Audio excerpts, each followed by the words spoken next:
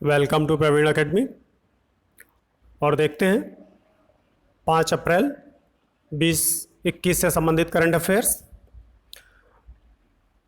पहला टॉपिक हमारा महेंद्रगिरी में ओडिशा का दूसरा बायोस्फीयर रिजर्व प्रस्तावित है, इससे संबंधित है।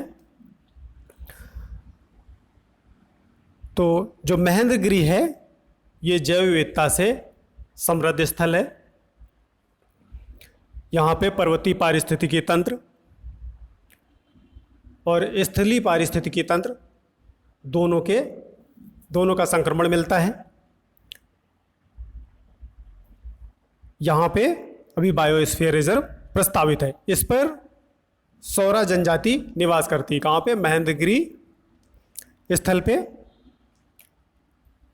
बायोस्फीयर रिजर्व किसके द्वारा घोषित किए जाते हैं? यूनेस्को के द्वारा घोषित किए जाते हैं। यूनेस्को क्या है? United Nations education scientific and cultural organization, इसके द्वारा घोषित किए जाते हैं। इनमें क्या किया जाता है? जो बायोस्फीयर रिजर्व घोषित किए जाते हैं, प्राकृतिक संरक्षण प्रदान किया जाता है। इसके अलावा अगर हम यहाँ के ओडिशा के पहले बायोस्फीयर रिजर्व की बात करें तो वो है सिमलीपाल जैवमंडल रिजर्व। नेक्स्ट न्यूज हमारी संकल्प से सिद्धि से संबंधित है। किसके द्वारा शुरू किया गया है? ट्राइफेड के द्वारा इसको शुरू किया गया है। ट्राइफेड क्या है? Tribal cooperative marketing and development federation, इसके द्वारा शुरू किया गया है। संकल्प से सिद्धि गांव एवं डिजिटल कनेक्ट अभियान से संबंधित है। यह 1 अप्रैल 2021 से शुरू किया गया है और ये मुहिम 100 दिन तक चलेगी। इसमें 150 टीमें बनाई गई हैं और प्रत्येक टीम 10-10 गांवों का दौरा करेगी। और इसके माध्यम से क्या होगा? इसका उद्देश्य क्या होगा? गांवों में वनधन विकास केंद्रों को सक्रिय बनाया जाएगा ताकि जो जनजातीय आबादी है उनकी जीविका और जो उनका कल्चर है उसको बनाए रखा जा सके, उनकी जीविका को और मजबूत किया जा सके। नेक्स्ट न्यूज़ हमारी ट्राइब्स इंडिया का एम्बेसडर बने और ट्राइब्स इंडिया का दोस्त बने, इससे संबंधित है। तो ट्राइफेड के द्वारा सबसे पहले ट्राइब्स इंडिया का एम्बेसडर बने प्रतियोगिता शुरू की गई थी, उसका अच्छा रिस्पांस मिला। तो इसके बाद में उसका पार्ट 2 ट्राइब्स इंडिया का दोस्त बने, उसका दूसरा संस्करण है जिसको शुरू किया गया। ये प्रश्नोत्तर प्रतियोगिताएं हैं और ये 14 मई 2021 तक चलेगी। इसका मकसद क्या है?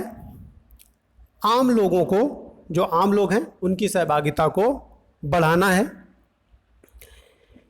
इसमें जो जनजातीय समुदाय के लोग हैं उनके द्वारा बनाए गए किसी भी तरह के उत्पाद से संबंधित लेखन सामग्री देश भर से आमंत्रित की गई है। इसमें जनजातीय उत्पाद के इस्तेमाल के बारे में अनुभव और उत्पादों का समूचा विवरण देना होता है कि उत्पाद कैसा था, कहाँ से खरीदा, ये सारी जानकारी इसमें देनी होती है। ट्राइफेड की बात करते हैं तो इसका गठन कब हुआ था? इसका गठन 1987 में हुआ था। मुख्यालय इसका कहाँ पे है? नई दिल्ली में है। यह जनजातीय मामलों के मंत्रालय के तहत नोडल एजेंसी के रूप में जो जनजातीय समुदाय है उसकी जीवन शैली परंपराओं को संरक्षित करता है, साथ ही आजीविका और उनकी आय का संवर्धन करता है। ऐसे प्रयास करता है जिससे उनकी आजीविका और मजबूत हो सके। नेक्स्ट न्यूज़ हमारी जॉर्डन से संबंधित है। अभी वहाँ पे जो सम्राट के एक सौतेले भाई हैं उनको नज़रबंद कर दिया गया है, इस वजह से ये न्यूज़ में रहा। थोड़ा सा देखते हैं जॉर्डन के बारे में। यह अरब देश है और जॉर्डन नदी के पूर्वी तट पर स्थित है। इसकी सीमा की बात करें तो किन देशों से लगी है, इस तरीके के क्वेश्चन पूछे जाते हैं। इसकी सीमा सऊदी अरब, इसके बाद इराक, सीरिया और इजराइल तथा फ़िलिस्तीन जो पश्चिमी बैंक है, वेस्टर्न बैंक, उससे लगी हुई है। इसके अलावा सागर से संबंधित इसकी बात करें तो इसकी पश्चिमी सीमा मृत सागर, डेड सी से लगती है और दक्षिण पश्चिम में इसके लाल सागर स्थित है।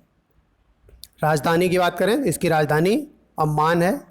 यहाँ पर संवैधानिक राजतंत्र है, लेकिन राजा व्यापक कार्यकारी और विधायी शक्तियाँ रखता है, अर्थात राजा काफ़ी शक्तिशाली है। यहाँ पे आबादी की बात करें तो ज़्यादातर आबादी सुन्नी मुसलमान है, जो कि 95% के लगभग है। नेक्स्ट न्यूज़ हमारी हीट वेव से संबंधित है। ग्रीष्म लहरें क्या हैं ये? टेम्परेचर सामान्यतः 40 डिग्री से अधिक होने पर, कहाँ पे? जो मैदानी क्षेत्र हैं वहाँ पे। तो जब इससे ज़्यादा 40 के ऊपर पहुँच जाता है तो वहाँ पे हीट वेव्स घोषित कर दी जाती है मौसम विभाग के द्वारा।